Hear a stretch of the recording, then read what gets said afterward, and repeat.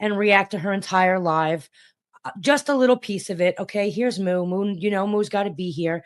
But I'm just going to go through a little piece of it, guys. I'm not going to go through the entire thing. Y'all can go watch her live all on your own. It's just a little snippet that I wanted to talk about.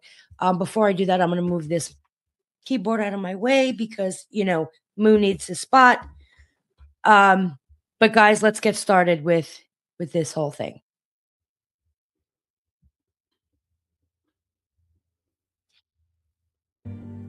Okay, so the list of things that are suddenly beginning to make a whole lot of sense when you consider the increasingly plausible scenario that it was indeed Charlie's road mic, which was rigged to kill him, is growing. The list is growing. Now, I had asked a question last week, and gratefully someone pointed out to me that, y'all, before we even continue here, tell me in the comments, do you believe the whole microphone, the whole shirt mic, the whole robe, the little mic exploded? Do you believe that theory? I know that in the beginning when this first came out, everyone was like, yeah, it was the mic, it was the mic. Do you believe it was the little robe mic that hurt Charlie Kirk, that killed him ultimately? But let me know in the chat. I'm really curious. Or no, it's not for me. That theory is not for me.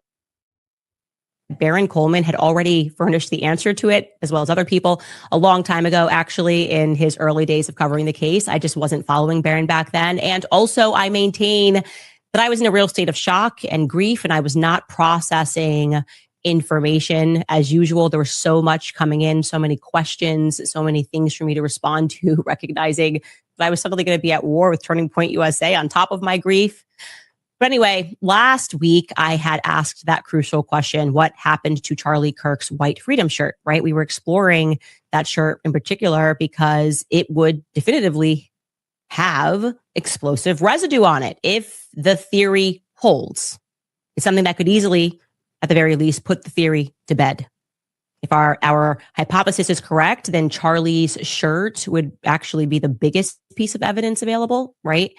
To those seeking to hide the fact that he was hit with an explosive, every place and item upon which the explosive residue may have landed would have to be either cleaned up or destroyed entirely, right? Like the soil. We covered this.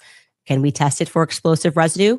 Nope, we can't, because we learned that they took care of that soil, 10 inches of soil dug out immediately and repaved by Saturday. Charlie died on a Wednesday, and that soil was gone by Saturday, by Sunday.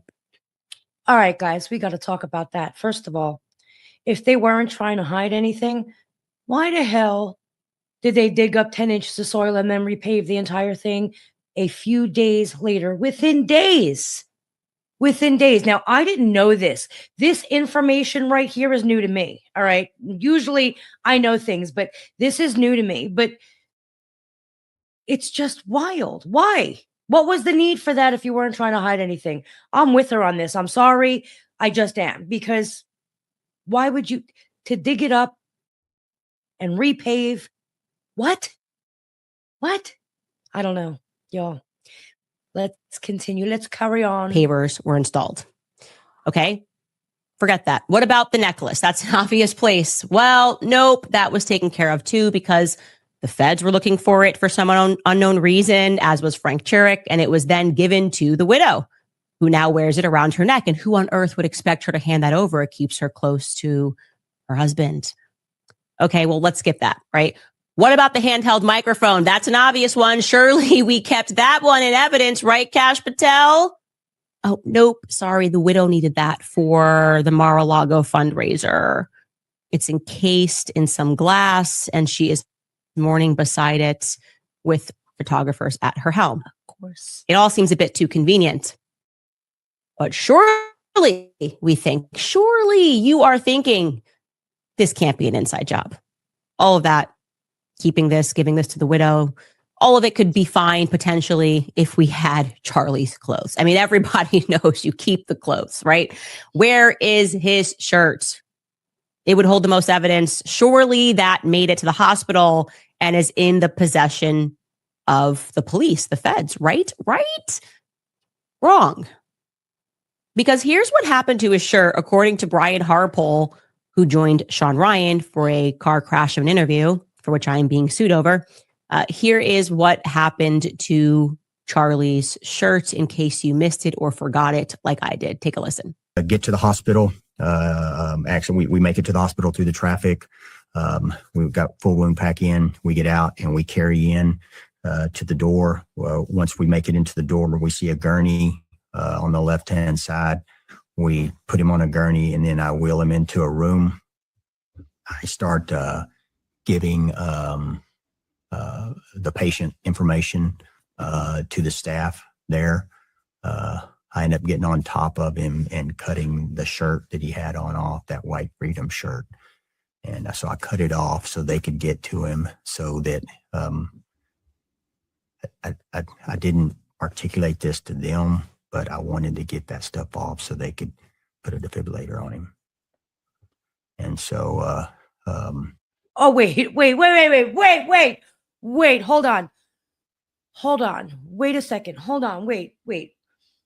You mean to tell me he brought him into the hospital, into the emergency room, put him on a gurney, took that gurney, wheeled it into a room, hopped on top of the man with the handy dandy pair of scissors he had in his back pocket, because, you know, we all walk around carrying hospital scissors on us, and he cut the shirt off Charlie. That never happened. As a registered nurse, as somebody who has worked in an emergency room, I'm going to tell you that's BS. That never happened. That never happened. I don't care. Y'all, where are my nurses? Where are my doctors? Where are my ER techs? Y'all, everyone show up and tell these people, tell Brian Harpole that never happened. Who is with me? You all know. All of my healthcare professionals know that is some bull.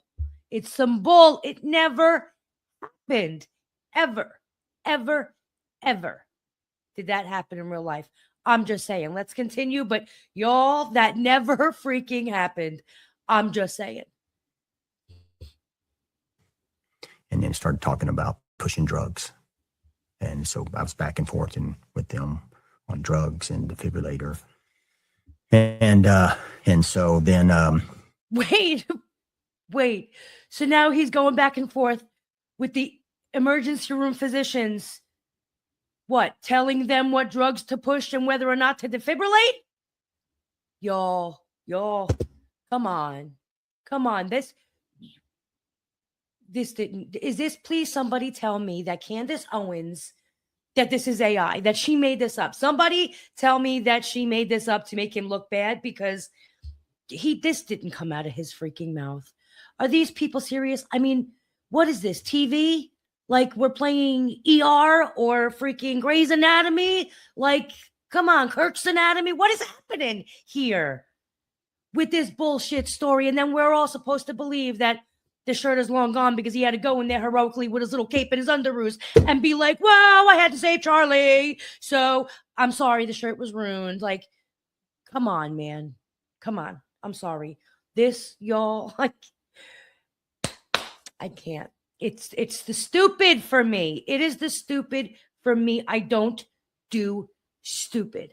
This is just stupid. So somebody anywhere tell me that Candace Owens, that this is AI and she made this crap up, because the fact that somebody who wants to sit there and project himself to be some intelligent person just said the stupidest shit I've ever heard in my life. I didn't mean to curse, but listen. Once you get that shirt cut off and moved out of the way, there's enough of medical professionals in there. And so I just want to get out of their way. And so got out of their way and walked out of the room and stood outside the room and held guard on the outside door of the room so nobody else could come in there. What? I genuinely do not possess in my vocabulary enough adjectives to describe the absurdity of this scene that Brian Harpole just tried to convey to audience. It's difficult You just have to have, you don't even have to have a shred of common sense. You could have less than a shred of common sense. Ever been to a doctor? Ever been to a hospital? Like, this guy walked in like he was the mayor. He grabs a gurney. He wheels the gurney himself into a room. He then jumps on top of Charlie. Don't know where he got the scissors from. You would think they would have been available to him in the car. He got a pair of scissors. He's barking orders. He then cuts Charlie's shirt off for them because he's got this all under control. People are just looking around like, this guy is amazing. He then starts giving them information, even though you would have thought that happened on the phone. We still can't figure out who in the car called 911, and we can't find that 911 call, but they say someone did call 911. He then starts giving information about Charlie, and then he himself, they're all standing around watching this guy just do his thing. Like, he's just your regular old Superman. Everybody recognizes him from town. And then he steps back and says, okay, now I myself have decided I will back away because there's enough professionals, but I am going to talk you through what meds to give Charlie as well. And then he wraps up by saying, and then I decided to walk out of the room and just guard the door. Oh, they just let you do that at hospitals? I didn't know this was an emergency scene. I've never seen this. Not even when they fake killed Jeffrey Epstein did they come up with the story that's ridiculous. They at least showed him as soon as he got to the hospital, like, no, the medical professionals just like took over, obviously, because not even the people that are in the paramedics would be able to do this. You hand it over. You're now in the hospital, coming in through the emergency doors. They have an emergency setup, and not even the paramedics would be allowed to do what Brian Harpole, some random dude who they don't know from a hole in the wall, has just described to Sean Ryan that he did. No questions asked. And he cut his shirt off. That's the most crucial part. He jumped on top of him. He grabbed the gurney. He picked the room. Everyone was standing around going, wow. We'll just wait until he tells us there's enough of us. Because this guy's got it. This guy's really, really got it. Why don't we just let him perform surgery? What are we doing here? He did it because, the defibrillator. Oh, well, you told us now you're worried about Charlie's heartbeat because you told us that you didn't even do CPR. This was an 8-minute car ride. Now you want a defibrillator to bring his heart back online. Do you know how much damage would be? Would he have 4 minutes that you can survive without a heartbeat? And you weren't worried about a heartbeat. Now you're worried about a heartbeat. So much so that you jump onto him and cut off his shirt. Why are you saying this? This did not happen. This did not happen. Brian Harpole, you are lying through your teeth. Okay, it's no wonder Kash Patel had to swoop in there and take the cameras from inside of the hospital. We were wondering why. Well, this very clearly explains why, because the story is so fantastical. There's no way in hell the FBI could have allowed us to see what went down in the hospital. Frankly, it sounds like a sitcom. Okay, Frank Turek, who didn't touch Charlie, according to Brian Harpole. According to Brian, he was just praying in the back seat. But for some reason, Frank notes that when he got to the hospital, he got changed. Mikey McCoy, who was a hero, found them surgical scrubs because there was blood all over him. He somehow got blood all over him, and then they all needed to change their clothes. And when he changed his clothes, he didn't even recognize at that moment that his kids were still on the phone. He's not going to realize that till he gets to the hospital. Nobody really understands how he called Jack Hibbs, but he did.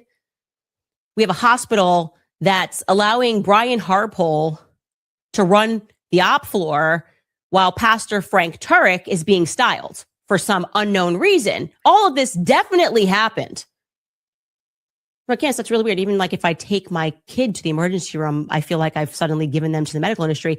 You can have a baby in a hospital and they'll fight you over the child that you just carried for 9 months, telling you basically the child is theirs. Here's what the baby needs. But somehow when Brian Harpole came in here, he was just calling shots. And then he did security. He guarded the door. Wow. This sounds like a movie. This sounds like, I don't know, like a Denzel Washington, Johnny Q movie. This does not sound like real life because it's not real life. The reason Brian Harpole is spinning that tale is because he probably did cut off Charlie's shirt at that hospital. When everybody was stripping, he probably did cut off Charlie's shirt. And I'm going to guess that that shirt has been disposed of because I don't see it in evidence. I don't see it marked as evidence. I haven't seen it in the court case filings that they have this shirt anywhere. That makes the most sense to me under this scenario is that Brian is spinning a tale trying to make it sound heroic as to why he removed a crucial piece of evidence off of Charlie's body. Again, we're running this scenario that this could be an inside job. That would mean that the feds came in to do a cleanup job of the evidence, which would have included, as we mentioned before, the car. Right? This was the most compelling piece of evidence that we were never supposed to have, right? The car was sent for a tow, cleanup, and auction, all very expeditiously. They didn't want to keep this for evidence. But of course, John Bray, who immediately identified the mic as the potential source of a shaped charge explosion, was on the pursuit looking for. You know, the whole mic thing and it being on the inside instead of on the outside, and y'all, I didn't think that it was possible. I thought that was just one of those random crazy theories, but it makes total sense once you look into it. Like once you look into what these little mics, how big they are, and how these little explosives can be put in there, you all go down that rabbit hole. It's absolutely wild. After that, I was like, oh crap. You know, she may be onto something like this. This may be a thing. So many people said to me in the beginning, do you think it was the mic? And at first I didn't. And still I'm not unsure, still I'm a little bit unsure. However, it makes a lot of sense once it's explained. So I see what she's saying when she was like, I went down the whole rabbit hole and I looked into it. It makes sense. But y'all, obviously they needed a reason to not have the shirt, but y'all, that story was just, that never happened. I will stand 10 toes down on that. Never happened. So my question is, why get rid of the shirt? Why make up this grandiose story about how Superman went in and had to cut the shirt off him because there wasn't enough doctors, nurses, aides, nobody in there. He had to go and cut the shirt off. Why make up that entire story if that shirt wasn't really important and they didn't know that shirt wasn't going to be the center of questioning, right? Like, where did the shirt go? Obviously common sense. But let's carry on for just a little bit longer, guys. Shattered ABS glass from the Rode Wireless Pro.